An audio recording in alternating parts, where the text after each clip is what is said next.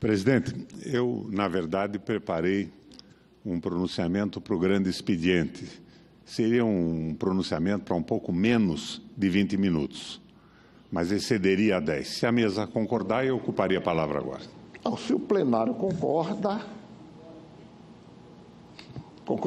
então não tem problema, senador. Presidente, não é falta de decoro ficar chupando sorvete de canudinho no plenário? Senador, Vossa Excelência com a palavra. Zé Medeiros.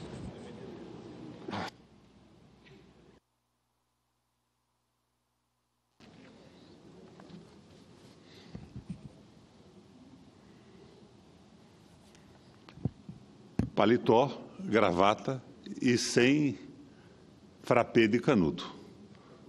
Parte do rito da casa. Presidente, o que me levou a preparar um pronunciamento na tarde de hoje foi a participação do nosso comandante do Exército, general Vilas Boas, a convite nosso, na Comissão de Relações Exteriores.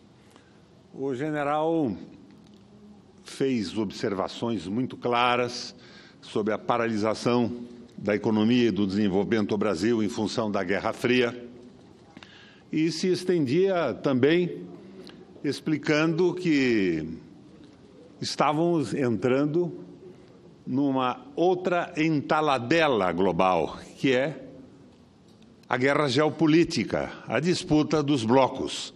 E o Brasil estava sem uma proposta de desenvolvimento, sem um modelo de Estado social e soberano para perseguir. Ou seja, os famosos objetivos nacionais permanentes estavam desaparecendo em função de objetivos que não são, ou que não eram, e não são